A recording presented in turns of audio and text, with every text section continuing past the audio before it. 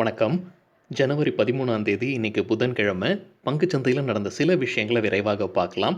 Top gainers, losers, Nifty sector wise performance, high volume பட்டியல்ல இருக்கிற சில ஸ்டாக்ஸும், சில இண்டிவிஜுவல் ஸ்டாக்ஸ் மற்றும் நியூஸும் விரைவாக பார்க்கலாம். முக்கியமான டிஸ்க்ளைமர், நான் செபி ரெஜிஸ்டர்ட் அட்வைசர் கிடையாது. இந்த வீடியோல காட்டக்கூடிய அனைத்து கம்பெனிகளும் வெறும் இன்ஃபர்மேஷனல் பர்ப்பஸ்க்காக மட்டுமே. முதலீடு செய்யுங்கன்னு சொல்ற வீடியோ கிடையாது. எந்த ஒரு முதலீட்லையும் ரிஸ்க் இருக்கும். ரிஸ்க் புரியாமல் இன்வெஸ்ட் செய்யாதீங்க. ரிஸ்க் புரியலனா இன்வெஸ்ட்மெண்ட்டை தவிர்த்துருங்க. வீடியோக்குள்ளார போகிறதுக்கு முன்னாடி நம்ம ருப்பி டிரைவர் சேனலை சப்போர்ட் பண்ணுற அனைத்து நல்ல உள்ளங்களுக்கும் நன்றி. வீடியோ பிடிச்சிருந்ததுன்னா லைக் பண்ணுங்கள். தெரியாதவங்களுக்காக தயவு செஞ்சு ஷேர் பண்ணுங்கள். நிஃப்டி இன்னைக்கு ஃப்ளாட்டாக முடிந்த மாதிரி ஒரு தோற்றம் தெரியுதுங்க. இருந்தாலும் அது வாலட்டைலாக தான் இருந்தது. வாலட்டிலிட்டி இண்டெக்ஸ் பார்த்தீங்கன்னா 1.9% அதிகரிச்சது. நிஃப்டியுடைய பிஇ ஜனவரி 12ஆம் தேதி பார்க்கும்போது 39.94. ஸோ அதிகமாகத்தான் இருக்குது. ஓப்பன் பார்த்தீங்கன்னா 14,640 இன்னைக்கு நிஃப்டி. ஸோ முந்தின க்ளோஸை விட கிட்டத்தட்ட 77 புள்ளிகள் கேப் அப்பில் ஓப்பன் ஆனாங்க. அதுக்கப்புறம் ஹையான 14,653 எட்டுச்சு. அதுக்கப்புறமாக ஒரு செல் ஆஃப் இருந்தது. நம்ம 15 மினிட் சார்ட்டில் அதை பார்க்கலாம். ஸோ ஒரு லோவாக அடித்தாங்க 14,435. அது பார்த்தீங்கன்னா ஹையிலேருந்து லோ பார்த்தீங்கன்னா 218 புள்ளிகள் விழுந்தது. அதுக்கப்புறம் மறுபடியும் லோலேருந்து இப்போ கரண்ட்டாக க்ளோஸ் ஆகிருக்கிற வரைக்கும் பார்க்கும்போது 130 புள்ளிகள் கிட்டத்தட்ட அதிகரிச்சது. ஸோ எங்கே நேற்று க்ளோஸ் ஆச்சோ அதே இடத்துல தான் இன்றைக்கும் க்ளோஸ் ஆகிருக்கு நிஃப்டி. அதனால தான் ஃப்ளாட்டாக இருக்கிற மாதிரி தெரிஞ்சிருக்கு. ஒரு இன்ஃப்ளேஷன் ரிலேட்டடான நியூஸ் வந்திருக்காங்க. கவர்மெண்ட் சைட்லேருந்து டியூஸ்டே அறிக்கை விட்டுருக்காங்க. ஸோ ரீட்டைல் இன்ஃப்ளேஷன் டிசம்பர் மாதத்துக்கு 4.59% சொல்லியிருக்காங்க. இது ரொம்ப குறைஞ்சிருக்கு அப்படின்றதையும் கவர்மெண்ட் சொல்லியிருக்காங்க. ஸோ அது ஒரு பாசிட்டிவான நியூஸ் தான். இதற்கு காரணம் வெஜிடபிள்ஸோட ப்ரைஸ் இறங்கியிருக்கு, ஃபுட் ப்ரைஸஸ் இறங்கியிருக்கு அப்படின்றது தான் ஒரு காரணமாக சொல்லப்படுது. ஸோ ஃபெப்ரவரியில் ஆர்பிஐ கூடி முடிவெடுக்க போகிறாங்க அவங்களோட மானிட்டரி பாலிசி. ஸோ இது வச்சுக்கிட்டு அவங்க இன்ட்ரெஸ்ட் ரேட்டை குறைக்கிறதுக்கான வாய்ப்புகள் இருக்கான்றது பொறுத்திருந்து தான் பார்க்கணும். இப்போ நம்ம பார்த்துட்டு இருக்கிறது 15 மினிட் சார்ட் நிஃப்டியோடது. இன்றைக்கி 13ஆம் தேதி கேப் அப் இருந்தது காலையில் 77 புள்ளிகள். அதுக்கப்புறமாக பார்த்தீங்கன்னா ஒரு சரிவு வந்து கொண்டே இருந்ததுங்க. நேற்று எப்படி ஒரு 45 டிகிரி ஆங்கிளில் மேலே போச்சோ இன்றைக்கி அதே மாதிரி ஒரு 45 டிகிரி ஆங்கிளில் கீழே வந்துச்சு. ஸோ மேலே போன அதே இடத்துலேருந்து மறுபடியும் இன்றைக்கி கீழே வந்தது. அதுக்கப்புறமாக ஒரு 2 மணி அளவுக்கு அப்புறமாகத்தான் பையர்ஸ் மேலே கொண்டு போகிறாங்க. ஸோ நேற்று லோவும் இன்றைக்கு லோவும் கிட்டத்தட்ட ஒரே இடத்துல தான் இருந்தது. செக்டர் வைஸ் பர்ஃபார்மன்ஸில் பப்ளிக் செக்டர் பேங்க் இன்றைக்கி மறுபடியும் கலக்கிட்டாங்க. நேற்றும் நல்லா கலக்கியிருந்தாங்க. இன்றைக்கி 3.2% அதிகரிச்சது. ஆட்டோ 0.88% அதிகரிச்சது. பேங்க் ஒட்டுமொத்தமாக 0.73%, மெட்டல் செக்டர் 0.4% அதிகரிச்சது. எஃப்எம்சிஜி 0.4% அதிகரிச்சது. நிஃப்டி மீடியா 0.3% அதிகரிச்சது. Private sector bank 0.11%, Nifty IT ஃப்ளாட்டாக இருந்ததுங்க. ரியாலிட்டி செக்டர் -0.31% இறங்கி இருந்தது. ஃபினான்ஷியல் சர்வீஸும் -0.56%. நிஃப்டி ஃபார்மா நேற்றும் நல்லா பர்ஃபார்ம் பண்ணல, இன்றைக்கும் நல்லா பர்ஃபார்ம் பண்ணல. கிட்டத்தட்ட 1% விழுந்தது. சரி, நிஃப்டியில் டாப் 5 கெய்னர்ஸ் யாருன்னு பார்க்கும்போது எம்என்எம் இன்னைக்கு கலக்கிட்டாங்க 5.66%. ஸ்டேட் பேங்க் ஆஃப் இந்தியாவும் 4.6% அதிகரிச்சது. அதானி போர்ட்ஸ் 4.4%, ஐஓசி 3.16% அதிகரிச்சது. என்டிபிசி 2.35% அதிகரிச்சது. நிஃப்டியில் டாப் 5 லூசர்ஸ் யாருன்னு பார்க்கும்போது பஜாஜ் ஃபினான்ஸ் கிட்டத்தட்ட 3%, ஸ்ரீ சிமெண்ட்ஸ் 2.8% விழுந்தது. HDFC 2.75% விழுந்தது. யூபிஎல் 2%, பஜாஜ் ஃபின்சர்வ் கிட்டத்தட்ட 2% விழுந்தது. சில இண்டிவிஜுவல் ஸ்டாக்ஸ் அண்ட் நியூஸ் விரைவாக பார்க்கலாம். ஜம்மு அண்ட் காஷ்மீர் பேங்க் கடந்த 2 மாதங்களாக 113% அதிகரிச்சிருக்கு ஷேர் ப்ரைஸ். ஸோ கடைசியாக ட்ரேட் ஆகிற ப்ரைஸ் 30.55. இது கொஞ்ச நாளாகவே நல்ல ஒரு ரன்னில் இருந்து கொண்டிருந்ததுங்க. இன்றைக்கும் இன்ட்ராடேயில் பார்க்கும்போது 10% அதிகரிச்சிருந்தது. சரி, என்ன காரணமாக இருக்குன்னு தேடி பார்க்கும்போது பெருசாக நியூஸ் எதுவும் என் கண்ணுக்கு தென்படலைங்க. ஆனால் அவங்க சார்ட்டை பார்க்கும்போது இப்போ நம்ம ஸ்க்ரீனில் பார்த்துட்டு இருக்கிறது அவங்களோட 1 டே சார்ட். ஸோ 1 டே சார்ட்டில் பார்க்கும்போது இந்த க்ரீன் கேண்டில், இப்போ நம்ம ஆரோ வரைகிற அந்த க்ரீன் கேண்டில் பார்த்தீங்கன்னா அது நவம்பர் 7ஆம் தேதி இருந்த கேண்டில். ஸோ நவம்பர் 6ஆம் தேதி ஏதாவது நியூஸ் வந்திருக்குமா, அதுதான் இதை ட்ரிகர் பண்ணியிருக்க. பார்த்தீங்கன்னா பாருங்கள், நல்ல ஒரு அப்மூவ் இருந்திருக்கு. ஸோ நவம்பர் 6ஆம் தேதி ஏதாவது நியூஸ் வந்திருக்கான்னு அதை சர்ச் பண்ணும்போது நவம்பர் 6ஆம் தேதி கம்பெனி தரப்புலேருந்து ரிசல்ட் அனௌன்ஸ் பண்ணியிருக்காங்க. அவங்க செப்டம்பர் குவார்ட்டரோட ரிசல்ட்ஸு. ஸோ அது பிரகாரம் கம்பெனி 50 கோடி ரூபாய் ஆஃப் இயர்லி ப்ராஃபிட்டை காட்டியிருக்காங்க. ஸோ இது காரணமாக கூட இருக்கலாம் ஒரு பாசிட்டிவ் நியூஸ். இன்னொரு பாசிட்டிவ் நியூஸ், அதே லெட்டர் அவங்க சப்மிட் பண்ண ஸ்டாக் எக்ஸ்சேஞ்சில் பார்க்கும்போது என்பிஏ, அதாவது நான் பர்ஃபார்மிங் அசெட்ஸ் 3.03% இறங்கி இருக்குன்னு சொல்லியிருக்காங்க. அட்வான்ஸஸ் 15% அதிகரிச்சிருக்குன்னு சொல்லியிருக்காங்க. அட்வான்ஸ்னால் அவங்க கொடுத்த லோன்ஸாக தான் இருக்கணும். ஸோ இது எல்லாமே பாசிட்டிவாக இருந்ததுக்கான வாய்ப்பு இருக்குது. சரிங்க. அது தவிர இந்த குவார்ட்டர்ல மட்டும் தான் இப்படி நல்லா பெர்ஃபார்ம் பண்ணியிருக்காங்களான்னு செக் பண்ணுறதுக்காக ஸ்க்ரீனர்.in வெப்சைட்ல போயிட்டு அந்த ரிசல்ட்டை வெரிஃபை பண்ணும்போது, நெட் ப்ராஃபிட் பார்த்தீங்கன்னா, அதாவது 2019 செப்டம்பர்ல மைனஸ்ல இருக்குங்க. மைனஸ் ₹919 கோடி. இதே செப்டம்பர் 2020 ரிசல்ட்டை பார்க்கும்போது 38 கோடி ப்ளஸ்ல இருக்காங்க. ஸோ இது கூட ஒரு காரணமாக இருந்திருக்கலாம், ஜே&கே பேங்க் ஒரு நல்ல ரன்ல இருக்கிறதுக்கு. Seacoast Shipping Services company rights issue announce பண்ணியிருக்காங்க. ₹35 கோடி இதனால் ஃபண்ட் ரைஸ் பண்ண போகிறதாக கம்பெனி அறிவிச்சிருக்காங்க. ரெக்கார்ட் டேட், என்ன ப்ரைஸு, என்ன டைம்லைன், என்ன ரேஷியோ இன்னும் சொல்லலை. அது சொல்கிறதுக்கு ஒரு கமிட்டி ஃபார்ம் பண்ணியிருக்காங்க. அவங்க முடிவு எடுத்துகிட்டு சொல்லுவாங்கன்னு கம்பெனி அறிவிச்சிருக்காங்க. இன்ட்ராடேல 2% அதிகரிச்சிருந்தது இந்த கம்பெனி. 2% தான் அவங்க அப்பர் சர்க்கியூட்டும் கூட. ஒரு இன்ட்ரெஸ்டிங்கான அப்சர்வேஷன் என் கண்ணுக்கு தென்பட்டது என்னன்றது உங்கள்கிட்ட பகிர்ந்து கொள்கிறேன். இந்த கம்பெனி நவம்பர் டிசம்பர் டைமில் வந்து போனஸ் இஷ்யூ அனௌன்ஸ் பண்ணாங்க. பொதுவாகவே ஒரு கம்பெனி ஏன் போனஸ் அனௌன்ஸ் பண்ணுறாங்கன்னா, அவங்க கையில் காசு இருக்குது, அது ஷேர் ஹோல்டர்ஸ்க்கு ஸ்ப்ளிட் பண்ணி கொடுக்கறதுக்கு சமமாகவே பார்த்துக்கலாம்.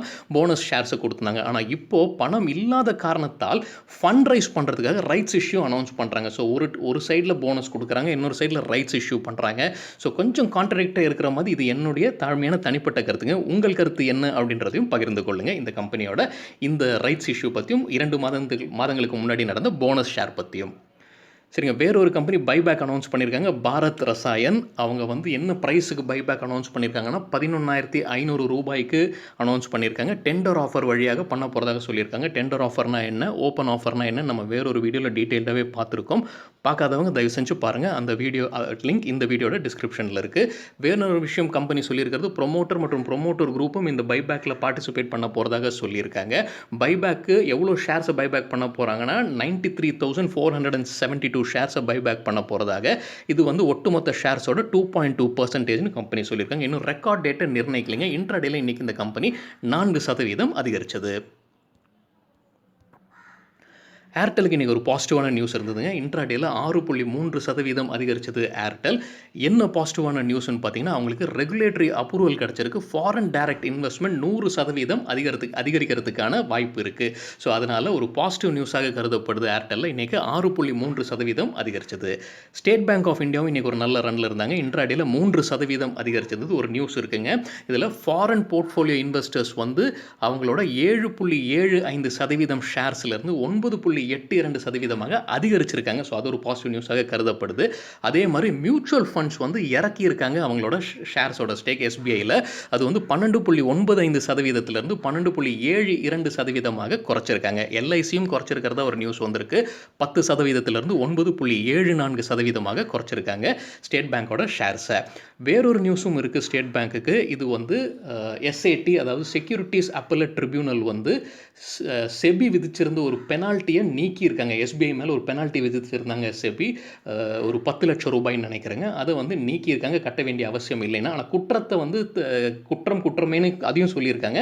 ஆனால் அந்த குற்றத்திற்கு வந்து இந்த பெனால்ட்டி தேவையில்லை, வெறும் வார்னிங் போதுமானது அப்படின்னு செக்யூரிட்டிஸ் அப்பெலட் ட்ரிபியூனல் சொல்லியிருக்காங்க. ஸோ அதுவும் ஒரு நியூஸ் வந்திருக்கு. என்ன பெனால்ட்டி அப்படின்னு பார்த்தீங்கன்னா, யூடிஐ ஏஎம்சியில் எஸ்பிஐ வந்து ஒரு டைமில் 10%க்கு மேலே ஷேர்ஸ் வச்சுருந்தாங்க, கண்ட்ரோல் வச்சுருந்தாங்க.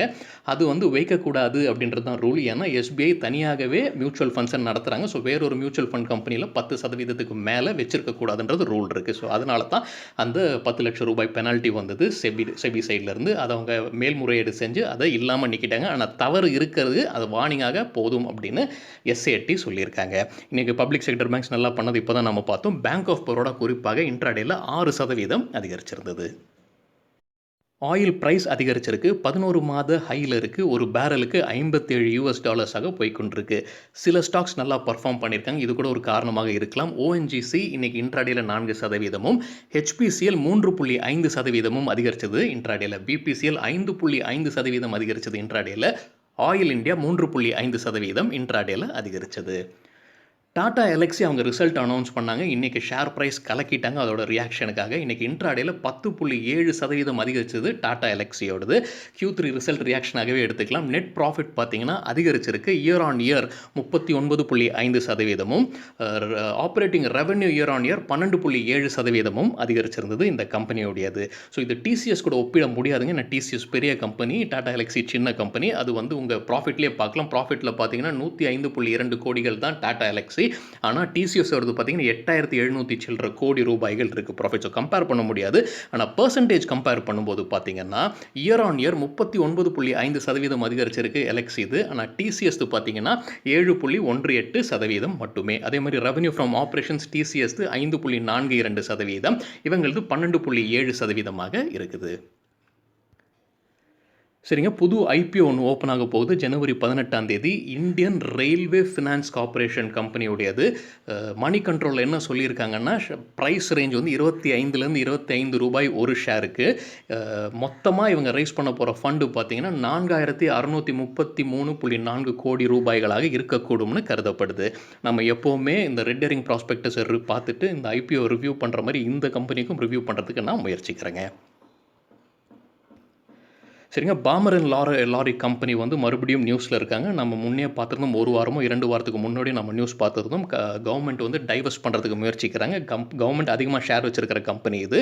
பாமர் அண்ட் லாரி கம்பெனி கிட்டத்தட்ட 8 செக்டரில் அவங்க பிஸ்னஸ் பண்ணுறாங்க. டைவர்சிஃபைட் செக்டராக இருக்காங்க, லாஜிஸ்டிக்ஸில் இருக்காங்க, ஆயிலில் இருக்காங்க, நிறைய விஷயங்களில் இருக்காங்க அவங்க. ஸோ அதை டைவர்ஸ் பண்ண போகிறது எப்படின்றது மாதிரி கவர்மெண்ட் யோசிக்க ஆரம்பிச்சிட்டாங்க. அந்த பிளானிங் அண்ட் ப்ரொசீஜர் போய் கொண்டு இருக்குது. ஸோ இது ஒரு பாசிட்டிவ் நியூஸாக முடியறதுக்கான வாய்ப்புகள் இருக்குது.